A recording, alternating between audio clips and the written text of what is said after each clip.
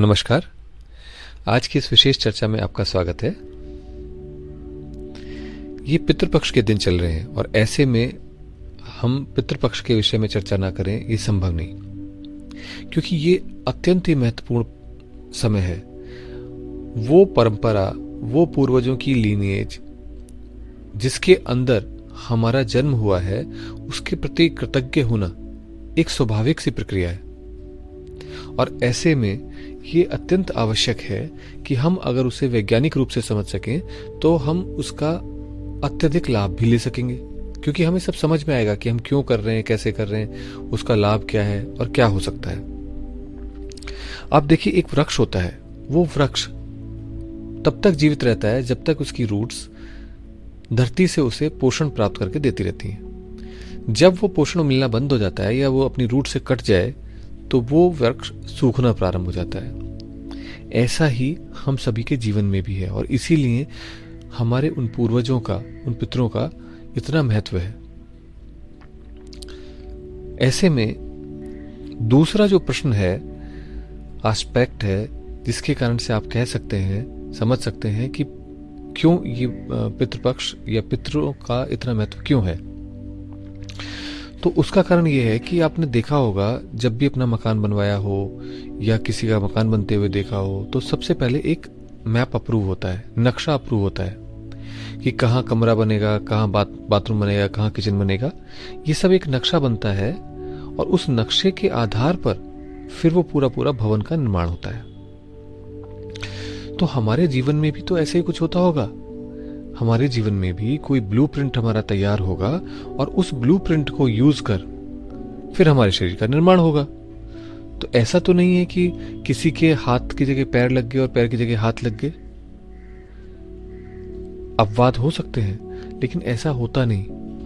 जहां हाथ लगने होते हैं, हाथ वहीं आते हैं। हाथ बड़े होंगे, छोटे होंगे, उंगलियां पतली होंगी, लंबी होंगी, कैसी होंगी, छोटी होंगी, ये सब कुछ उस ब्लूप्रिंट में होता है।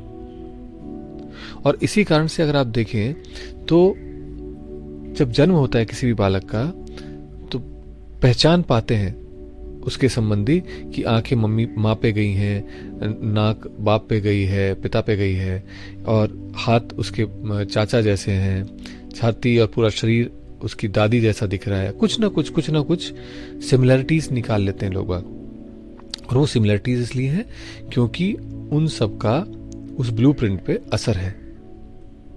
तो ऐसे में जब हम समझ सकते हैं कि हमारे भी निर्माण से पहले एक गर्भ में ब्लूप्रिंट स्थापित होता है हमारे शरीर का, तो ये हमारे जीवन के लिए, जीवन भर के लिए बहुत उपयोगी है।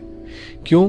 क्योंकि हम जब भी अपने आप में डिसीज में हो, अनईज में हो, जब भी कोई समस्या में हो, तो ये बैलेंसिंग जो नेचुरली प्रकृति में होती रहती है, ऑटो बैलेंसिंग होकर के हम अपने वापस ब्लूप्रिंट पे आ सकते हैं।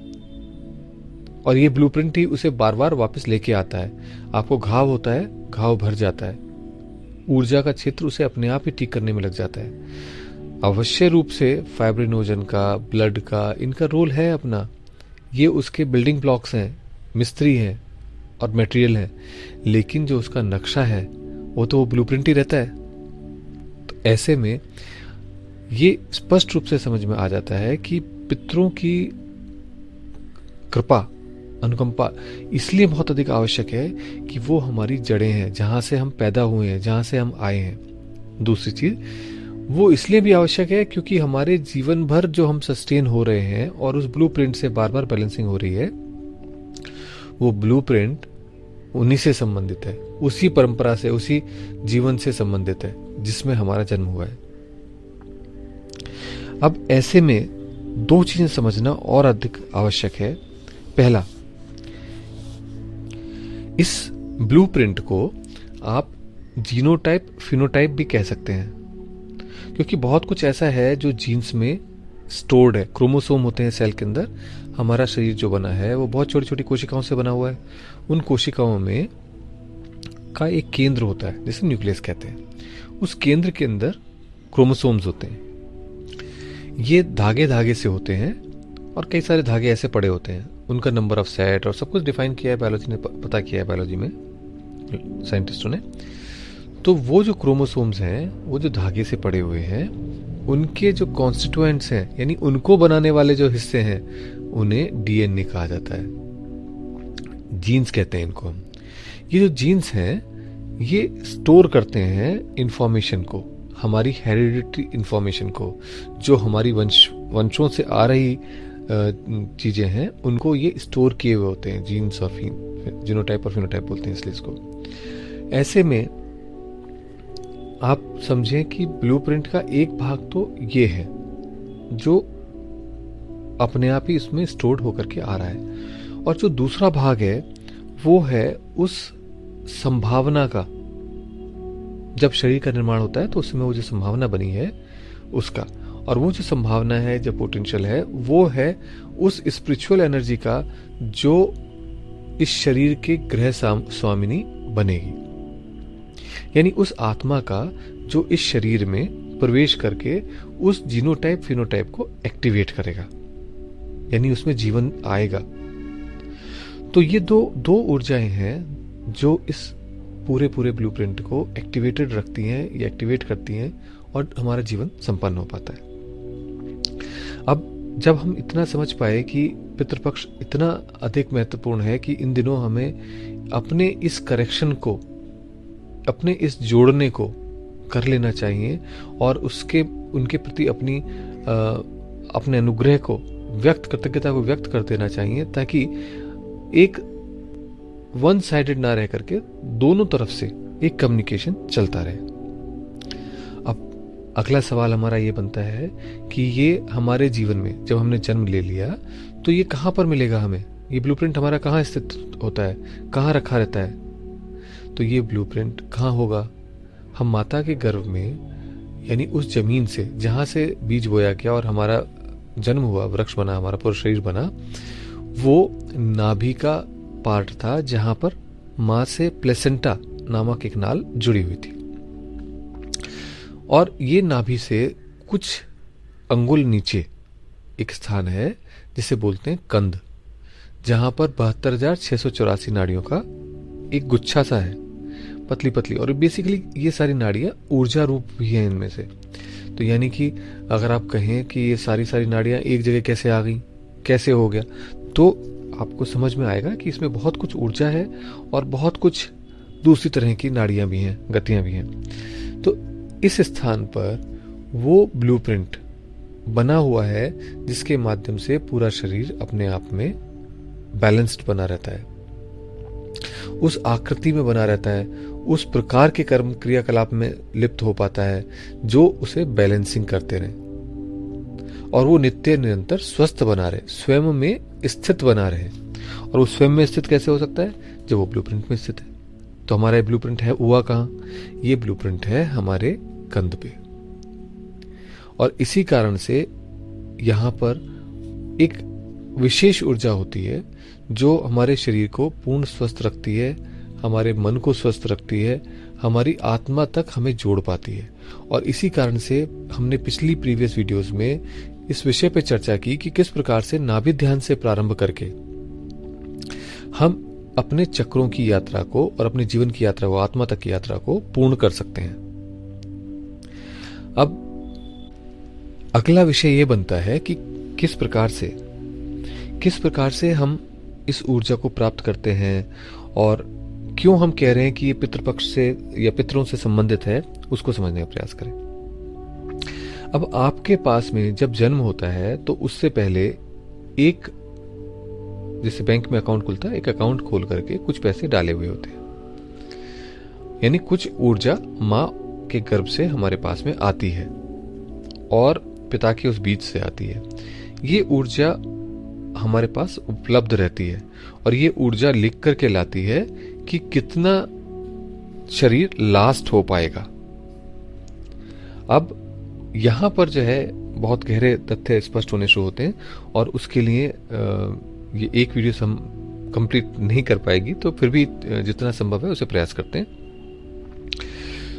ये वो अवस्था है जहां पर वो ऊर्जा, वो जो स्टोर, रिजर्वॉयर, बैटरी है, वो सेट करी हुई होती है, और जब हमारा जन्म होता है तो वो बैटरी धीरे धीरे धीरे धीरे डिप्लीट होती जाती है, और जिस दिन ये पूरी तरह खत्म हो जाती है तो शरीर शांत हो जाता है। अब दूसरा बिंदु ये है कि इस उपलब्ध ऊर्जा को, जो बैटरी की तरह हमारे शरीर में उपलब्ध है, क्या इसको हम बाद में चार्ज कर सकते हैं जीवन में? तो अवश्य ये थोड़ी थोड़ी चार्ज भी होती है। क्यों थोड़ी थोड़ी चार्ज होती है? क्योंकि थोड़ा थोड़ा ही हम चार्ज कर पाते हैं। हमारे जो ऊर्जा को चार्ज करने के साधन है वो है भोजन, सांस, ऊपर से ली हुई कॉस्मिक एनर्जी, धरती का स्पर्श, ये सारे, और प्रेम, ये सारी ऊर्जाएं चारों तरफ से हमारे को प्रभावित कर रही हैं, और इनसे कुछ कुछ करके, बूंद बूंद करके इसमें बैटरी में थोड़ी थोड़ी ऊर्जा चली भी जाती है। और क्योंकि वो कुनकुनी जाती है तो इसलिए हमारी ऊर्जा का व्यय अधिक है, आना कम है, और इसी कारण से धीरे धीरे धीरे धीरे बैटरी डिस्चार्ज होती जाती है। आपने देखा होगा बहुत से लोग होते हैं जो कि उम्र बढ़ने के बाद भी युवा दिखाई देते हैं, बच्चे से लगते हैं युवा होने के बाद भी।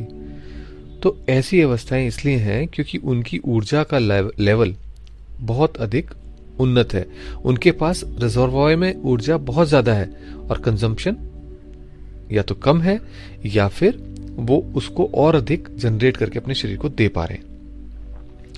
तो ऐसे में जो सबसे महत्वपूर्ण बिंदु आ जाता है एक लॉन्जिविटी के लिए, जीवन की एक लंबे जीवन के लिए और एक स्वस्थ जीवन के लिए, वो ये है कि आप इस पितृपक्ष का उपयोग करें, पितरों के प्रति नतमस्तक हों कि उन्होंने अपनी परंपरा में, वंशावली में आपको इंक्लूड किया, आपको एक अवसर दिया जिसके लिए आपको अनुग्रहित और कृतज्ञ होना चाहिए। और दूसरा सबसे महत्वपूर्ण पक्ष है कि आप बारंबार नाभि ध्यान से संबंधित जितनी भी वीडियोस हैं, या जो भी आपको साधना अच्छी लगती है, या जैसे भी आप कर सकें, नाभि ध्यान को प्रयास करें, क्योंकि नाभि ध्यान ही वो ध्यान है जो आपके ब्लूप्रिंट को एक्टिवेट कर देता है। हम जीवन में बड़े होने के साथ साथ, उम्र बढ़ने के साथ साथ बहुत कुछ परिवर्तन भी हो रहे हैं, लेकिन ब्लूप्रिंट वही रहता है। आप कमरे में एक स्थान से कोई वस्तु को उठाकर दूसरे स्थान पर रख सकते हैं, कमरे का डेकोरेशन चेंज कर सकते हैं, कमरे में फर्श चेंज कर सकते हैं, कालीन बदल सकते हैं, पंखे चेंज कर सकते हैं, सब कुछ कर सकते हैं, लाइटें लगा सकते हैं चेंज करके, लेकिन कमरा तो कमरा ही रहेगा, ब्लूप्रिंट तो ब्लूप्रिंट ही रहेगा। तो आप निश्चिंत होकर के पितरों के प्रति अपनी कृतज्ञता ज्ञापित करें। श्राद्ध कर्म अगर संभव है तो अवश्य करें, उन्हें जल तो अवश्य ही दें, और साथ ही साथ अंतःकरण में नाभि के ऊपर, नाभि का ध्यान करें। अगली बार चर्चा करेंगे कि किस प्रकार से ये पितृलोक और मणिपुर चक्र क्या संबंध है, किस प्रकार से ये हमारे जीवन को एक गति दे सकते हैं, उनका आशीर्वाद, पितरों का आशीर्वाद हमें प्राप्त हो सकता है। तो आज के लिए इतना ही। नमस्कार।